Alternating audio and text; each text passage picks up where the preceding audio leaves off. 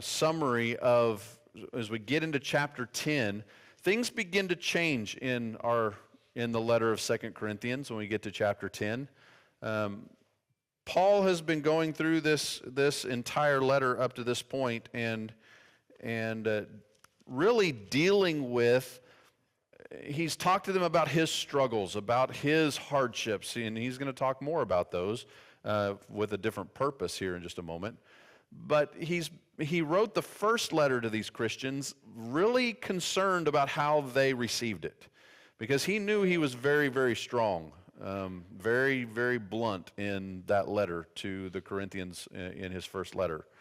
And so he sent that letter with Titus, and when Titus met back up with him, Titus let Paul know that they received it well.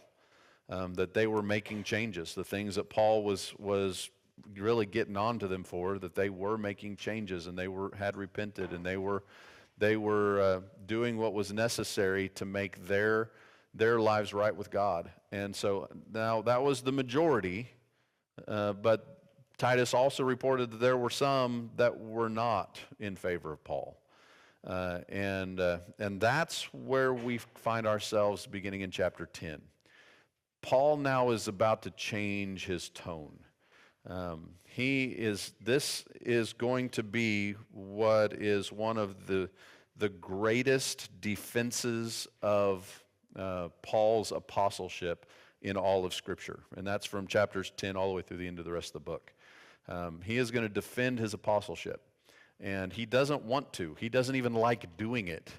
But he knows that it's necessary for it to be done because of some of the critics that are there in Corinth. And so just kind of historically, there are some scholars, they think that this is the severe letter that he talks about back in chapters 1 through 7, that maybe chapter 10 and on was at one point separate, kind of given as an additional letter. Which it makes sense. It actually, contextually, it works if that is the case. As I say, it's plausible for that to be the case because everything that's in here is what Paul describes back in chapters 1 through 7. And so it's possible. But others think that maybe some time has passed between when Paul wrote chapter 9, what we have is chapter 9, and when chapter 10 starts. As Paul is writing this second letter while he's in Macedonia, and now he's received word of what's going on in Corinth.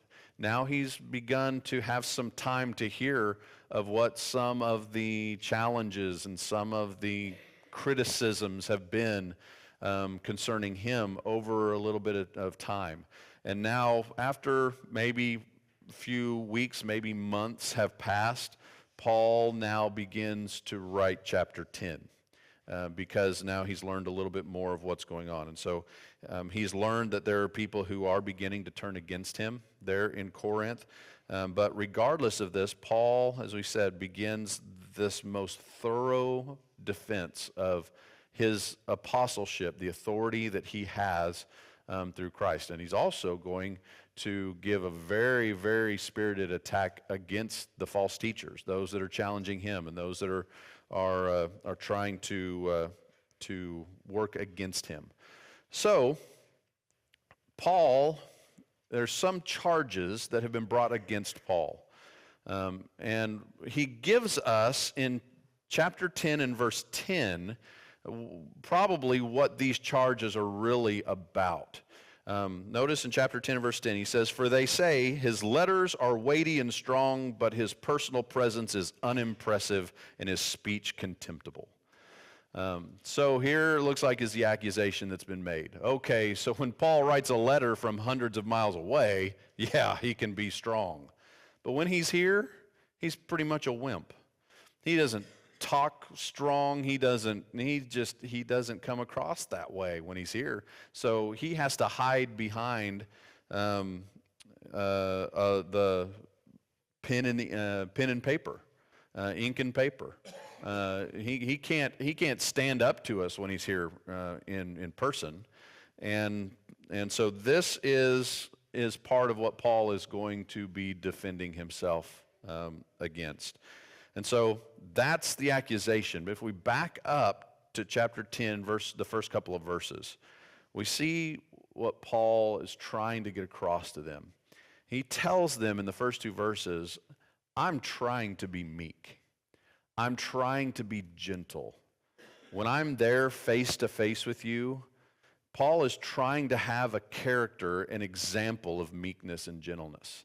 And that's what he describes in the first couple of verses. And then as you keep going on through verses 3 through 6, Paul begins to try to explain to them, you need to understand what our battle is really about here. Now there's a conflict against Paul, and Paul is trying to get them to understand this is not what our fight is. This is not what our warfare, our spiritual warfare is supposed to be about. We need to get on the same page. We need to get on track. And he says, yeah, I'm going to fight this fight. But Paul, I'm going to deal with this issue. But this is not what our battle is supposed to be about. As a matter of fact, if you drop all the way down to verse 18, Paul, he says, I know that commending oneself it's worthless.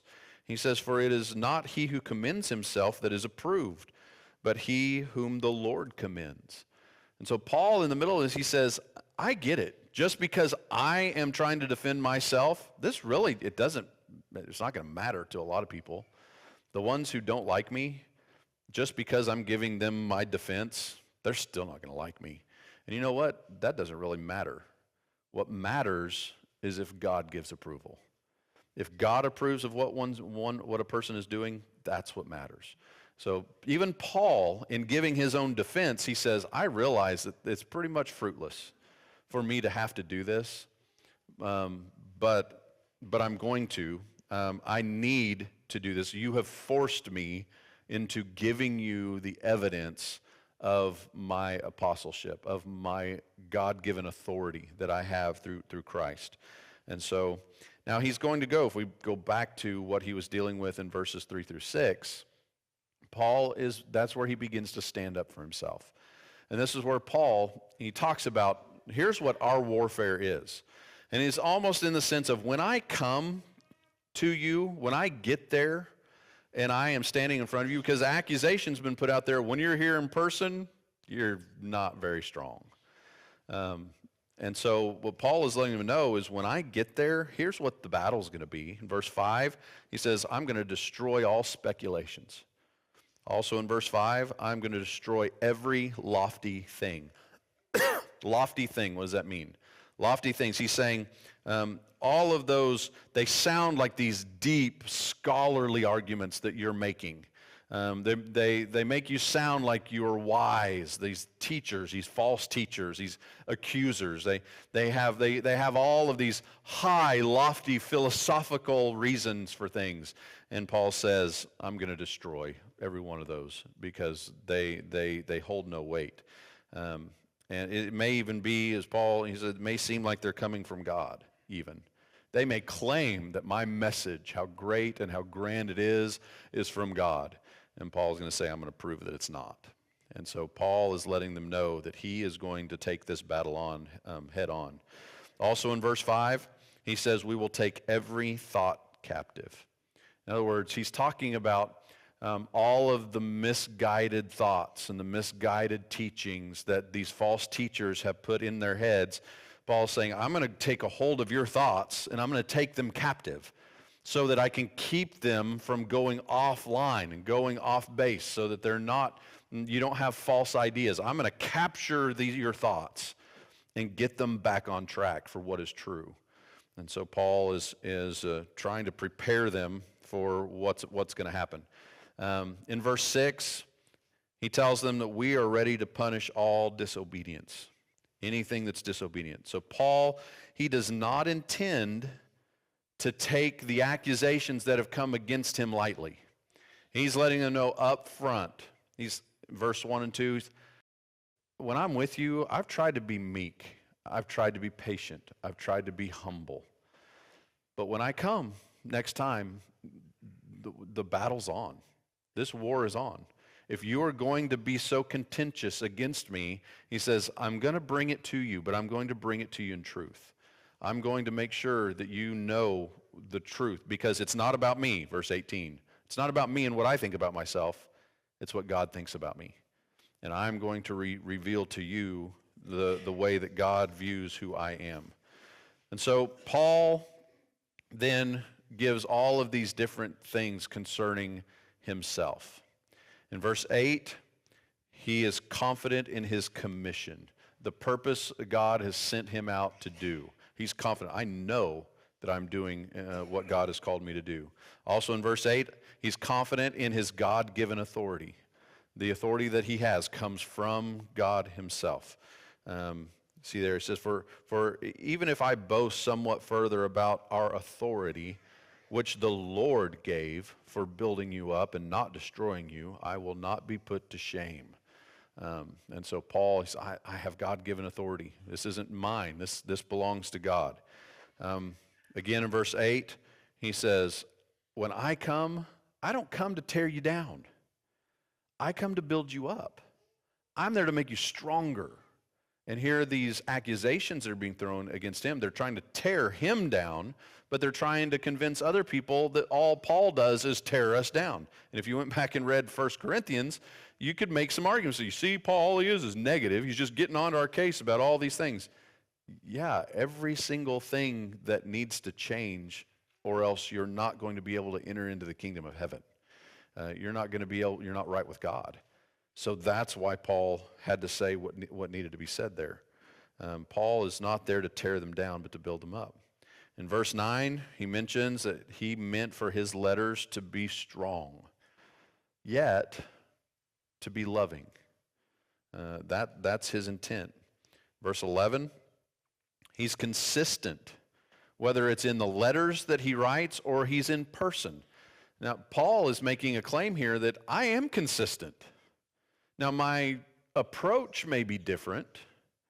I try to be more humble and more gentle when I'm in person, but I am 100% consistent. If I see someone that's in sin, I deal with it in person just like I do in a letter. I just might approach it a little differently, the way that I deal with that with someone in person. But he's trying to get them to think back when I was with you. I was consistent in all of this. Verse 12, it's about him being balanced. He's fair. In verse 15, he says, I don't boast in other men's labors. In other words, I'm not trying to take the credit of what other people are doing. I'm not just lifting myself up on what other people are known for. And then also in verse 15, he says, our goal was simply that your faith would grow. That's everything that we did. Every word that I have spoken is so that your faith would increase. That's the purpose of all this. This leads us then into chapter 11. He continues all of this into chapter 11, verses 1 and 2. He said, he believes that it's foolish for him to have to take the time to stand up for himself and defend himself like this. Look what it says. It says, I wish that you would bear with me in a little foolishness, but indeed you are bearing with me, for I am jealous for you with a godly jealousy. For I betrothed you to one husband, so that to Christ I might present you as a pure virgin.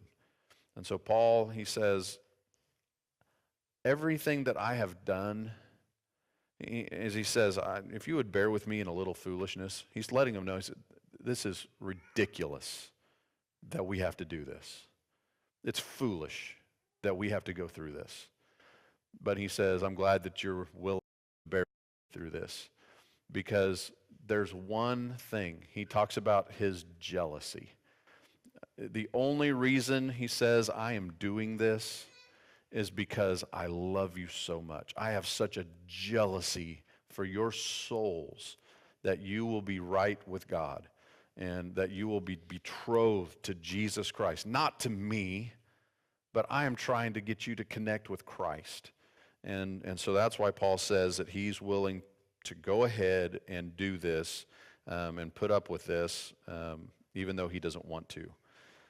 Down in verse 5, he says, I am not inferior to any of the other apostles. In verse 6, he even mentions here, he says, I may be unskilled in speech, but I am not unskilled in knowledge.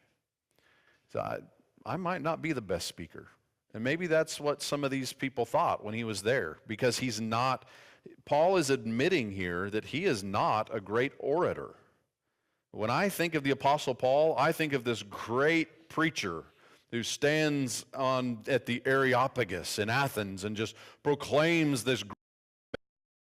And Paul even admits himself, I'm not a good speaker. Maybe that's where they were getting this idea of when he's here with us, he's weak, because he's not that great at speaking.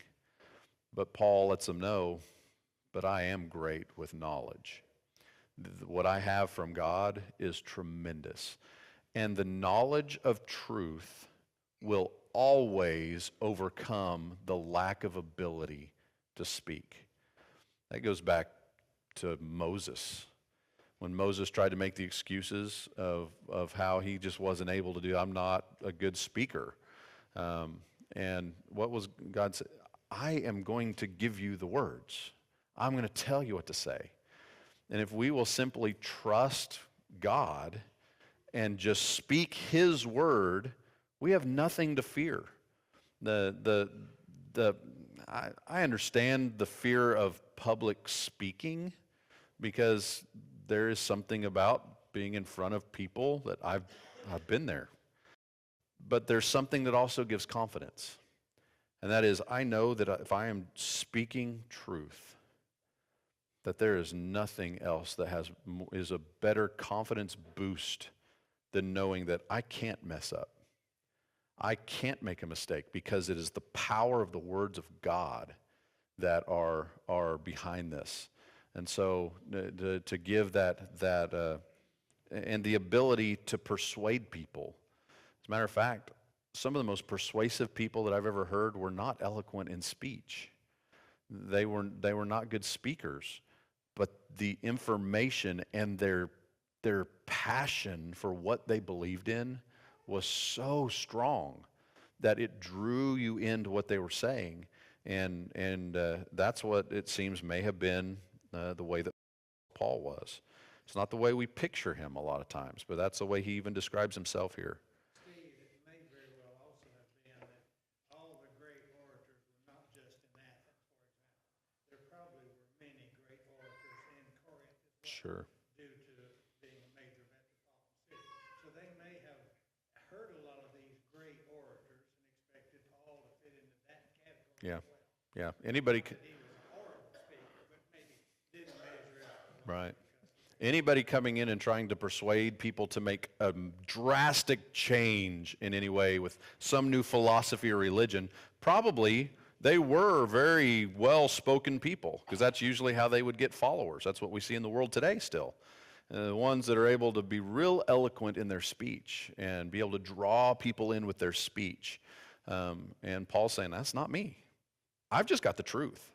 I'm not a good speaker, but I've got the content that will change lives. And so that's what Paul is focused on here. Verses 7 through 11,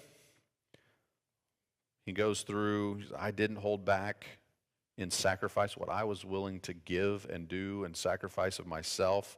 The example that I left you of my love for you.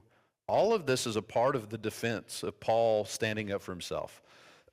Say, I don't care what other people are saying about me. When I was with you, you knew that this is who I was. And so now that I'm not with you, people are beginning to convince you otherwise. Go back and think about and remember who I was when I was there. That's evidence enough. That's what Paul's saying. It will speak for itself. Then from verses 12 through 18 in chapter 11, Paul then calls out these false teachers, the ones who are making accusations against him. And so he defends himself. He gives all of these evidences for himself. Then from verses 12 through 18, he calls out these false teachers. We're not going to go through the detail of all that he deals with there in those verses. What's interesting is when we get to verse 19, Paul, in his use of sarcasm,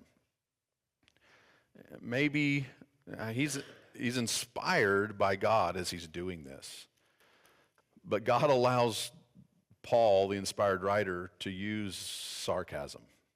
And maybe I don't know, when you're just so frustrated, a lot of times sarcasm is a natural tendency that you use. And that would maybe kind of where Paul's at this point. But notice in verse 19, Paul says, "For you being so wise," and this is a sarcastic statement because it's not true. He is sarcastically using this. You're so wise. Oh, look how wise you are. You tolerate anyone who enslaves you. You tolerate anyone who devours you. You tolerate anyone who takes advantage of you. You tolerate anyone who exalts himself. You tolerate anyone who hits you in the face. You are so wise that you're allowing all of this stuff to happen. So you get to verse 21, he makes this statement. He's still sarcastically saying, so you're right. In comparison to the people and the way that they're treating you, how harshly they're treating you, you're right. We have been weak. We have been soft compared to what they're doing to you. And so sarcastically, Paul is right after calling out the false teachers, he then turns back to the Corinthians and he says, you think you're so smart by listening to these people that you're letting this happen. And we weren't nearly as rough on you as these people were or are. And so now Paul, he's going to jump in again to, and I believe this is a big part of why Paul says, I don't want to have to do this. I really don't like this. But Paul says, let the boasting begin. And that's kind of the way he brings us out beginning in verse 21 about what he is going to boast in. And he says, so let's talk about me for a little bit. He says, of Hebrews, I am one of the greatest Hebrews there could be. I am Hebrew. I am Israelite.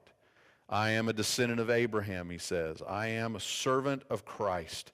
And then he begins to go into, he says, I have labored more than any other. I have been imprisoned more than anyone else. I have been beaten more than anyone else. And he goes into some detail here. He says, 5 times I have been given 39 lashes from the Jews. Now, do you understand the 39 lashes? Do you know why the Jews gave 39 lashes? The Romans did as well. But you know why they did 39? Okay, it's that. But it also has to do with the law itself. The Roman law was 40 lashes. And so by law, Roman law, you could give someone 40 lashes. So they would always stop at 39 so they didn't go over. And it was for the same reason. Because if they did 41, then the one who was doing the beating would then get 40 lashes or 39 lashes. And so that's why it's 39. When you read Roman history, how it coincides perfectly and agrees with what Paul writes here is amazing. But 5 times he has had this done to him. And 39 lashes, that's a lot. You are bruised and you are bloodied, and it is a mess. This is what Christ would have received before his crucifixion, would have been 39 lashes. And so Paul has taken beatings. Not only that, he says 3 times I was beaten with rods. You hear about in the Middle East where they do canings. It's a fairly flexible rod, but it's the way that it strikes you, sometimes even break bones. And so he said, 3 times I was beaten with rods, 3 times I was stoned. So these are beatings on top of the times that we see that he was stoned. One time he was stoned to the point that they thought he was dead. That's how severe the stoning was.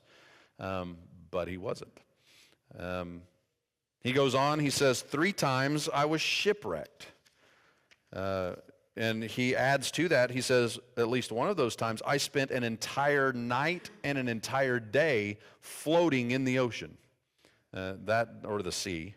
And so that's the severity of those encounters. So I've been on many journeys, he says. And through these journeys, he says, there have been dangers from rivers, dangers from robbers, danger from my own countrymen, dangers from the Gentiles, dangers in cities, dangers in the wilderness, dangers out on the sea, dangers from false brethren. He said, then all of the labor and the hardship and so many other various ways that he had to deal with, all of this, we can understand maybe why the Apostle Paul had many sleepless nights, because of all that he was going through. But a lot of his sleepless nights were not because of the beatings and because of the struggle. A lot of his sleepless nights were because of his care for his brethren, and how much he loved them and was concerned about them. And so there's even more. Hunger and thirst, cold and exposure. Here where he says, the daily pressure of being concerned for all of the churches. This is the life of the Apostle Paul. And Paul, why is he giving all of this? Why does he need to say these things here? What does this do? Okay. It shows commitment. And in that commitment, that is evidence for, I'm not doing this for me. If it was about me, I would have quit a long time ago, because no human being would want to go through this. The first time you got your 39 lashes, if it was about you, you're done. I'm not going through that again. He went through it 5 times. He went through 3 stonings. He went through 3 other beatings with rods. He went through all of the shipwrecks and all of these things are because of his faith in Jesus Christ. Now, this is where Paul then, he may also kind of be making a statement here. Do I really look like someone who's weak to you? You're calling me weak. Does this look like someone who's weak? Is what they're accusing me of, is it really fit after you know what I've dealt with? And so, again, part of his defense.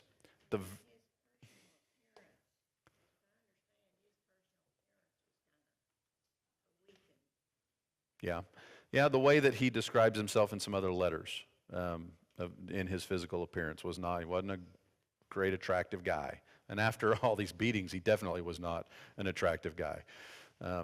Probably didn't quite walk the same as he used to. But immediately following all this, he immediately goes into this discussion of his thorn in the flesh. And so the description that's given of my thorn in the flesh that Paul gives in chapters 12, verses 7 through 10, here's how it's described. It's described first as a thorn, something that hurts. Second, in verse 7, it's a messenger of Satan. And then also, in verse 10, he describes it as a weakness. So that's the description that's given of it. But he also tells us the purpose of this in his life. First, he tells us in verse 7, it's to keep me from exalting myself. Whatever this thorn in the flesh was, he understood it to be something that God was allowing in his life so that he would humble him and that he would not exalt himself. And then he also says in verses 9 and 10, he says that it made him weak so that he would rely on God's power. So the question is, what is it? What is this thorn in the flesh? Well, there are some that they think it's eyesight, because he writes in other letters about how bad I think that might be his flesh. It doesn't seem like that would necessarily be quite as severe of a thing as the way he describes it here. Others think that it could be the injuries that he's received from the beatings and all that that are going on. And it could be, and I think that may be a part of what he's talking about, but as I like to do, keep it in the context. What did Paul just get done going through this entire list of all these sufferings and things that he's gone through? In the context and where Paul places this discussion of his thorn in the flesh, I personally think that Paul is referring to all of the sufferings that he has endured for the cause of Christ. That's his thorn in the flesh. And he says in verse 9, I have gone to God and I've asked him 3 times to take this away from me. Here's my perception of what Paul is saying in this context. That Paul is going to God and saying, God, am I not serving you the way that I need to serve you? Am I not doing everything that you've called me to do? Can you not at least keep me from being beaten? Can you not at least keep me from suffering so much? All of the shipwrecks and all of the just tragedy after tragedy after tragedy after persecution after persecution. Can you not just take that away? And that makes more sense to me when God gives his answer. Because when God gives his answer in verse 10, God says, my grace is sufficient for you, for power is perfected in weakness. See, if it was his eyesight, or if it was just one injury or something like that, and it's bothering you, a lot of us, we have injuries, we have ailments, we have things, major physical problems at times. And we can understand the pain and the suffering from those things. But for God to rest this statement on one particular thing like that doesn't seem significant enough for the point that God is trying to make. It seems in the context here, all these things that Paul's been dealing with, if Paul has gone to God and said, can you just keep this stuff from happening to me? That's when God says, all you need is my grace. If you understand my grace and my gift to you and what that gift really means, this and then some. Because power, true power, comes from you experiencing your own weaknesses. It comes from you suffering.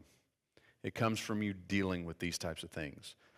That's my take on the context here of Paul's thorn in the flesh. And it may be a mental thing involved in that too, of Paul coveting a lifestyle without all of this. There may be other things that are going on in Paul's mind that he's struggling with. And God is saying, if you just will trust my grace. Weakness is what Paul is being accused of, right? Back in chapter 10 and verse 10, the Corinthians, those that were against Paul, they were accusing him of weakness. And now God is saying, my power is perfected in weakness. Paul, you don't have to look strong. You don't have to look mighty.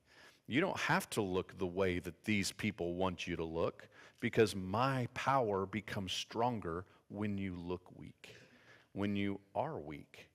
And so that weakness is something that is actually a benefit and not a hindrance. He's got to remember that he came from the context of murdering Christians. And then he's come into this group of a body of people that have now proven out to God. Mm-hmm. But yet all this horrible stuff comes on you. It's like someone would very easily grab onto and say, you're from God, God chose that. Right. And he wouldn't allow this stuff to happen to you. We don't have that in Scripture.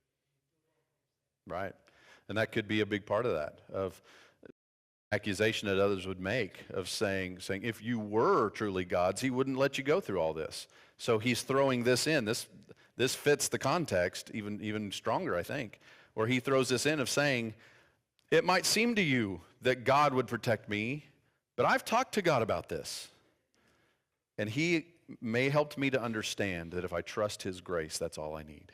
If I trust his grace, it's sufficient for everything that's going on in my life. And so, actually, I only have one more slide. Look at this real quick. In summary, very quickly, when Paul comes, he tells them, I'm not going to spare anyone who's trying to tear the church apart. That's a big part of what he's concluding here in chapter 13. So, verse 5, you had better examine yourselves to make sure that you are in the faith. Paul's letting them know, when I come, I'm coming strong. And he's going to be loving, and he's going to love the people. But anybody who's going to oppose the truth, he's like, you better make sure that you are in the faith, because I'm going to stand up to you. This is going to be a real battle that's going to take place.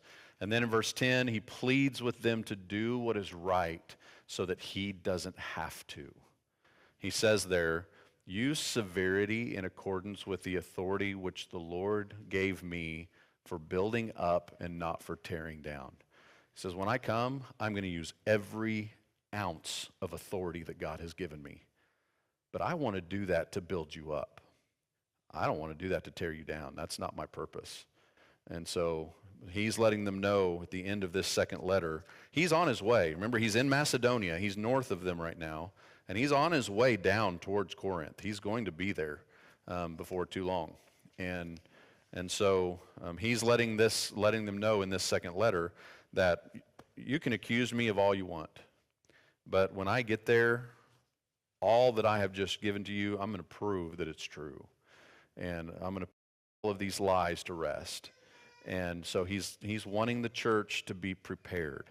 Be focused. Let's be on the same page. Let's build each other up instead of tear each other down, because you're only doing damage to the church by doing that. And so that's how Paul closes out this final part of the letter. Wednesday night, we will be in Acts chapter 21. We're back in Acts. We're on our timeline going through the book of Acts.